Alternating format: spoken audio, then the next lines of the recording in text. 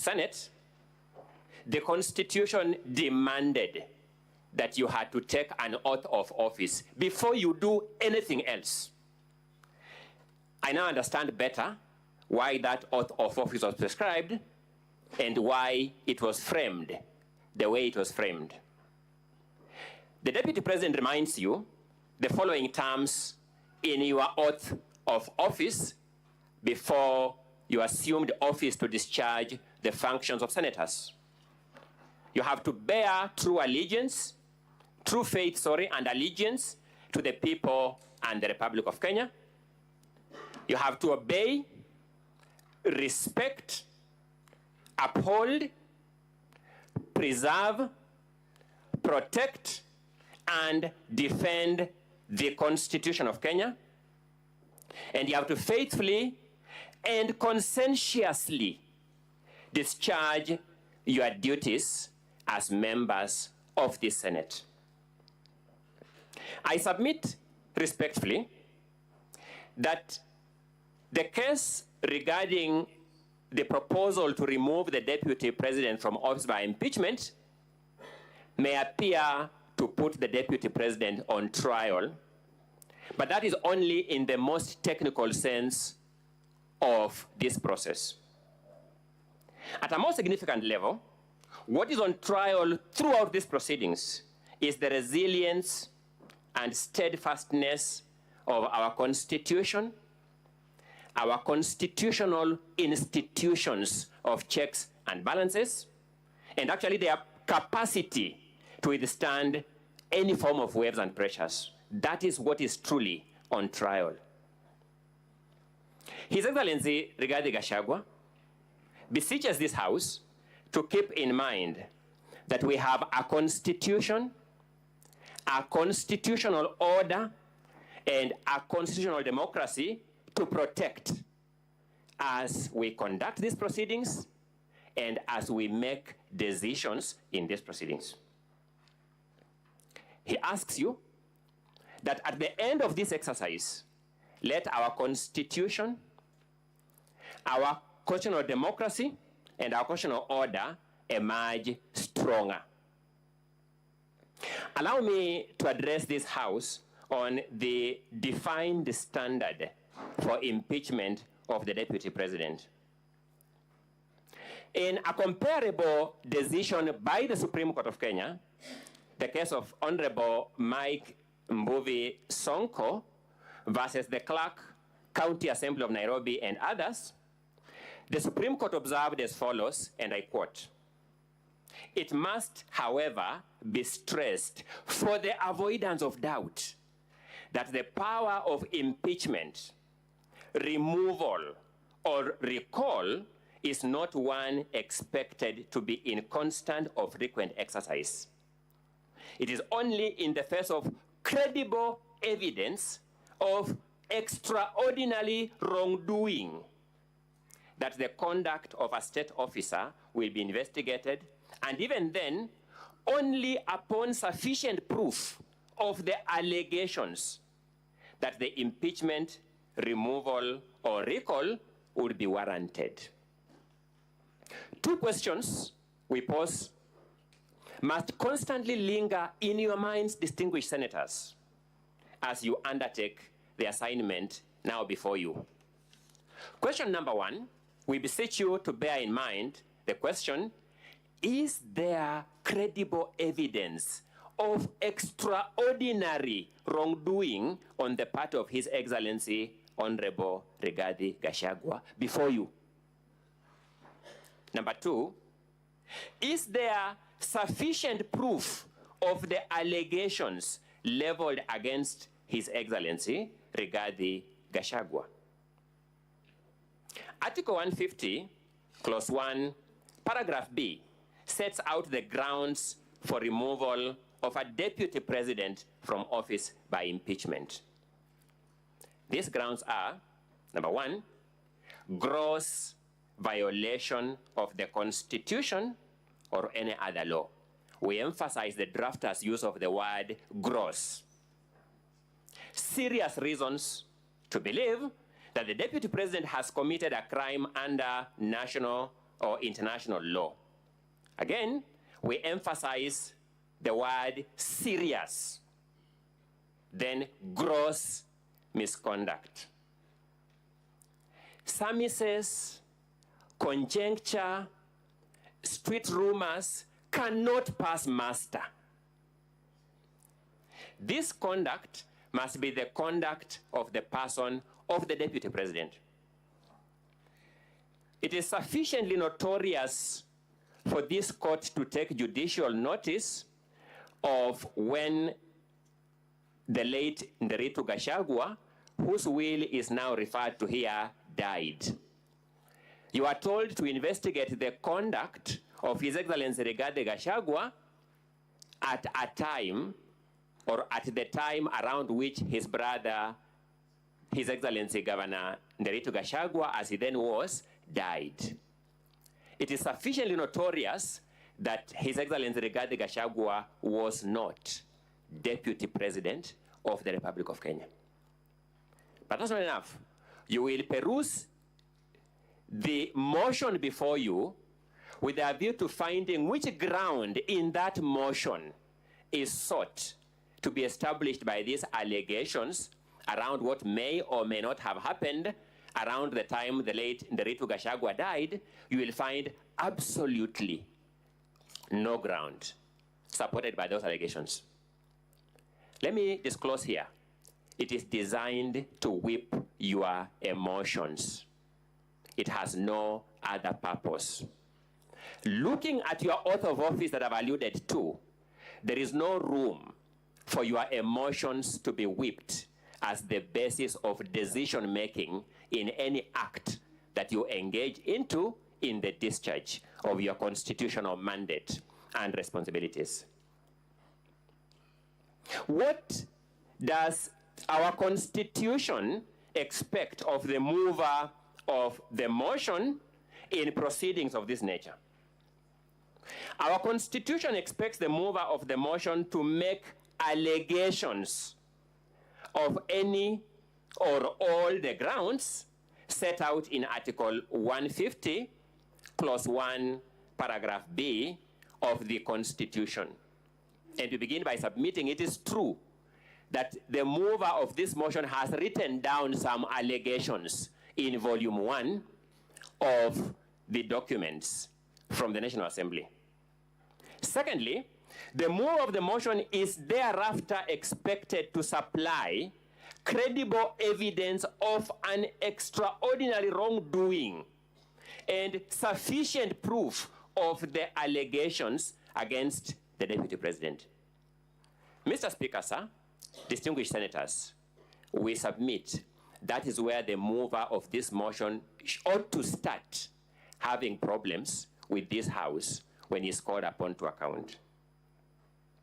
It is the submission of His Excellency Rigathi Gachagua that the motion now before you has fallen short of the threshold set by law by multiple miles.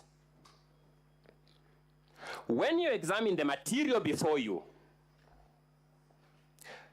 you will discover that it will oscillate between the following categories of stages. One, you'll have material before you that just plainly false.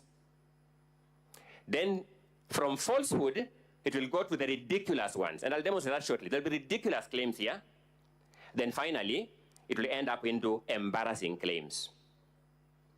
Allow me, in the few minutes I have, to just do a sneak preview of some of these claims so that we have an overview of the case that is before you. At paragraph 74B of the first volume, which is the impeachment motion, you'll find an allegation of this nature that His Excellency Rigathi Gachagua has influenced his family members, allies, associates, and proxies to take control of a local cooperative society in Madeira, which they are financially hemorrhaging. Number one, no name of any family member is supplied in the allegation or in any of the evidentiary documents before you. No name of any ally is supplied in the motion or in any of the documents before you. No name of any associate is supplied, even a false name, none, is supplied in the motion and in the documents before you.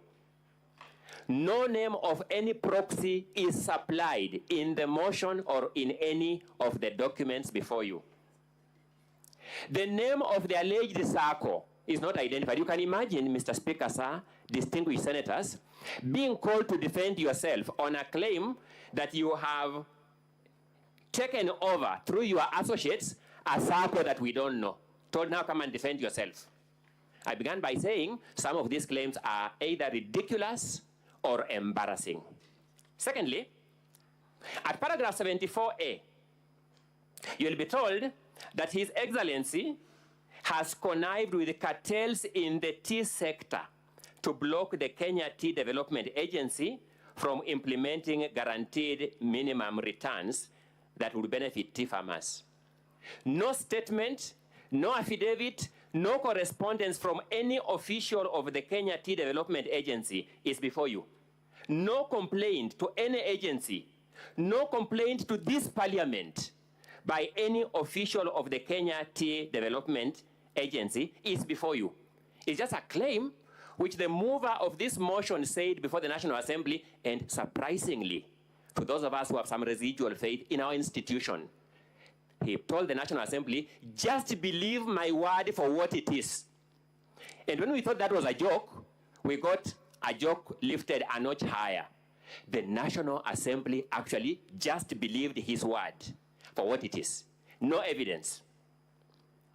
Nothing in the affidavits before you addresses anything about the Kenya Tea Development Agency. Nothing in the 5 affidavits before you. Let's progress, good people.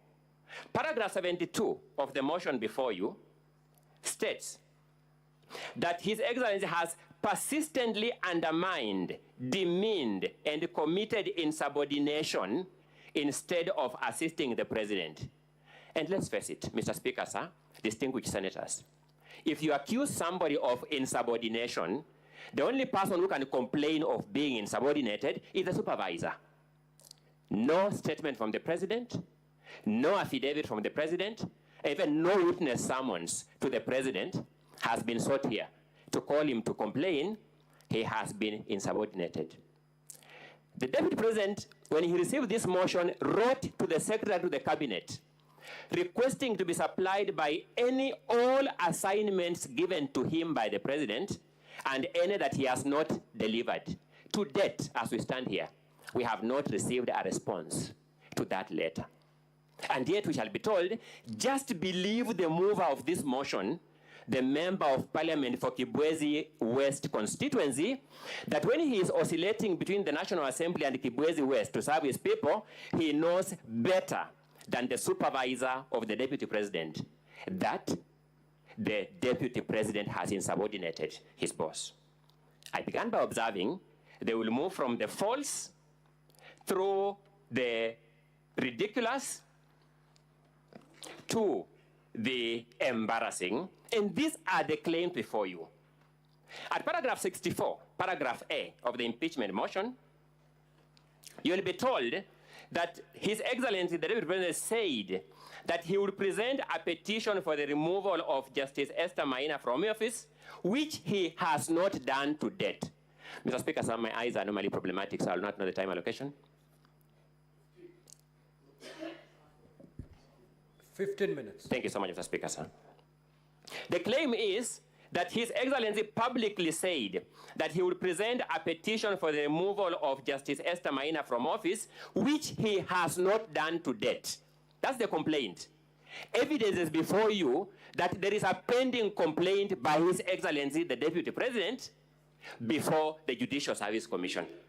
So the mover of this motion first has perjured himself in his affidavit by saying that each of these facts are correct, when this fact is false by evidence available.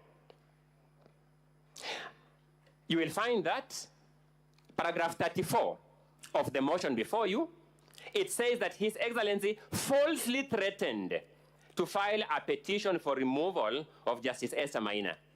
How can the Deputy President be accused of falsely threatening when, in fact, he has filed the complaint? Where is the falsehood when there is a pending complaint? That complaint is before you in the Deputy President's documents for your own perusal. I began by saying they'll move from the false through the ridiculous to the embarrassing.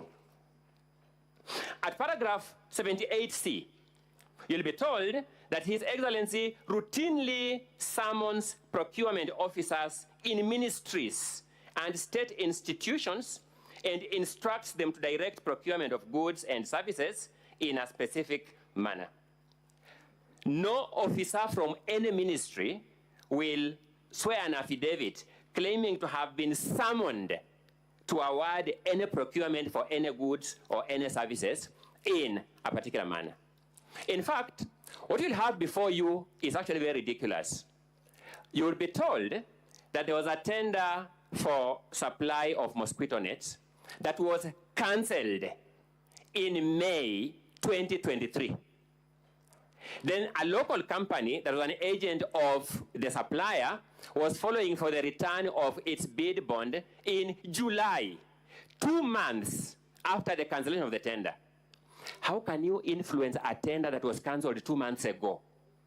I told you it will move from the false through the ridiculous to the embarrassing. Now, the more interesting one is at paragraph 78A. You'll be told that His Excellency bullied Kenya Medical Supplies Agency officials into awarding a tender for the supply of mosquito nets to Crystal Limited. Good people, Crystal Limited was not even a bidder for that tender. He pressurized people to award it to somebody who is not even a bidder for that tender. I observed it will move from the false through the ridiculous to the embarrassing. Those of us who understand this motion for what it is, understand why these panel beating maneuvers are being tried here. The motion as presented and approved by the National Assembly will remain in our constitutional history as the most embarrassing motion ever approved by a House of Parliament in the Commonwealth. We respectfully submit. You'll be told at paragraph 58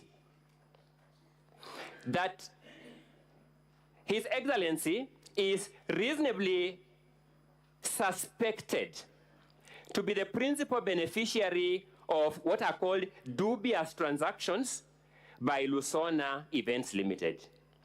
You will then go to the allegations on Lusona Events Limited, and you want to see those transactions, how are they terminating to the Deputy President? You'll not come across any connection. They'll just say, a director of this company withdrew some money from his own company. The Deputy President is a director. None of his family members are director. That person withdrew money from his company, bought a motor vehicle in his own name. The mover will say, I'm therefore drawing a reasonable conclusion that the Deputy President is the beneficiary of this. Good people, the word reasonable has meaning known to law. I submit very respectfully that this falls short of the definition of the word reasonable suspicion. I submit it actually gravitates towards unreasonable suspicion. Now let's look at this. You'll be told that His Excellency has acquired 40 acres of land in Kakuret, Kamburaini in Nyeri. Evidence before you will show that this is land that the Deputy President, in fact, bought from a current member of the National Assembly. So he knows that member. In 2015, before he even joined state office as a member of parliament, you are told that the purchase of this land in 2015 shows that in the last 2 years, the Deputy President has amassed immense wealth. I began by saying, let's be elementarily decent. One of the most frustrating things about preparing for such a hopelessly conceptualized, hopelessly crafted, and hopelessly presented case is that you begin doubting yourself because you begin wondering, what am I not seeing? Land bought from a sitting member of the National Assembly in the year 2015 is supposed to be evidence that in the last 2 years, His Excellency Rigathi Gachagua has amassed immense wealth from the office of the president to acquire that property. Now, let's look at paragraph 45G. You'll be told that His Excellency has acquired 80 acres of land in Meru County. No land registration number is provided. Not even an affidavit of a neighbor who says, I know yes, this land is my neighbor. Just an allegation by the mover of this motion like that. And the Swahili say, ukistaajabu ya Musa utaona Firauni. This mover of this motion stood before the National Assembly and said, just believe me for this statement as it is. The first joke. The second joke, the National Assembly actually believed him and approved the motion. You'll be told that paragraph 45H, that His Excellency has acquired a dairy farm in Nyandarua County. Now, I guess we all have a common understanding of what a dairy farm is. His Excellency has no dairy farm in Nyandarua County. The move of this motion does not give us any evidence of this dairy farm in Nyandarua County. You'll be told that His Excellency has used the office of the Deputy President to corruptly influence unnecessary and expensive renovation of his official residence in Karen and Mombasa. What will shock you is this, good people. The contract for the renovation of the official residence of the Deputy President was signed by the controller of State House. Unless the move of this motion wants to make a claim that the Deputy President conspired with the State House to have this contract executed. Number two, it will be known to all of us as members of Parliament that the money for renovation of this official residence was approved by the National Assembly. Is the National Assembly conceding that it approved money for unnecessary expenditure by government? How can the National Assembly approve money for use for renovation of the residence of the Deputy President, then after that money is used for the intended purpose, the renovation of the official residence of the President, now drag the Deputy President for impeachment for the reason of that renovation? I said it will move through the ridiculous to the embarrassing. You'll be told that the Deputy President has a helicopter landing facility at his land, Ruguru, Kiamariga, 1223 in Madeira. The Deputy President simply has no helicopter landing pad on that farm, a small parcel of land with napier grass, unless the mover of this motion can now convince us that new technology has emerged, that napier grass is the constructing material for landing pads for aircraft. That's the only way it can make sense. But because it doesn't make sense, good people, you'll agree with me, it moves from the false through the ridiculous to the embarrassing. Now let's deal with it. You'll be told the Deputy President has amassed a wealth portfolio amounting to 5.2 billion shillings. Elementarily, we must then look at the particularization. Tell us which one is what plus which one is what plus which one is what to amount to this 5.2 billion. This figure, the origin, is only known to the mover of this motion. There is nothing on the body of the motion. There is nothing in the documents attached to the motion. There is nothing in the video clips to be played by the mover of this motion that tells us mathematically how he arrived at this figure of 5.2 billion shillings. Then when the charges were read, distinguished senators, you had some 22 companies being read one by one. Thank you. 22 companies. A number of things will surprise you. You'll just find a company listed called Spiritway Limited. Nothing in this motion tells us what wrong has this company done. Nothing in the motion, completely. It just listed there the way it is. Fortis Vis Group Limited. Nothing in this motion tells us what wrong has Fortis Group Limited done. They're just companies whose names have been listed, and we have spent the taxpayers' money this afternoon listening to these companies' names being written with nothing in this motion telling us. So what wrong has Dorcas Rigadi Foundation done? What act are you complaining of for that company? What omission are you complaining of in respect of that company? Heartland Supplies Limited, you just find a name of a company there. No wrongdoing is alluded to it. No allegation is made against it. They're just companies thrown there. Distinguished senators, the Romans called their assembly, which was the equivalent of this Senate, the patres. It was an advisory council. That name was derived from an old Latin word meaning father. Senate derives its name from the Latin word senex, meaning old man. All these words are supposed to address the sagacious, the state of wisdom of the Senate. If this Senate lives true to its historical origin as the patres, if this Senate lives true to its Latin origins as the senex, the old man, the wise man, it will see through these lies, it will see through this ridiculousness, it will see through these embarrassing statements. If time were to permit, I will take you through other allegations that meet the same test of falsehood, ridiculousness, and embarrassment. Fortunately for us, the rules of procedure permit us to cross-examine the move of this motion and the respective witnesses as a way of bringing forth these lies much more clearly. We shall do that when the time presents itself. At the end of it all, we shall beseech you to do two things: to be true to your oath of office as senators, to be true to your oath of office as senators, to pour through this evidence, to listen keenly to this evidence, to make a decision premised on the evidence as tested here in cross-examination. And if you do that, we have no doubt in our mind, you will reach the same conclusion that what has been presented before you as a most consequential motion, perhaps in our lifetime, is false, is ridiculous, is embarrassing.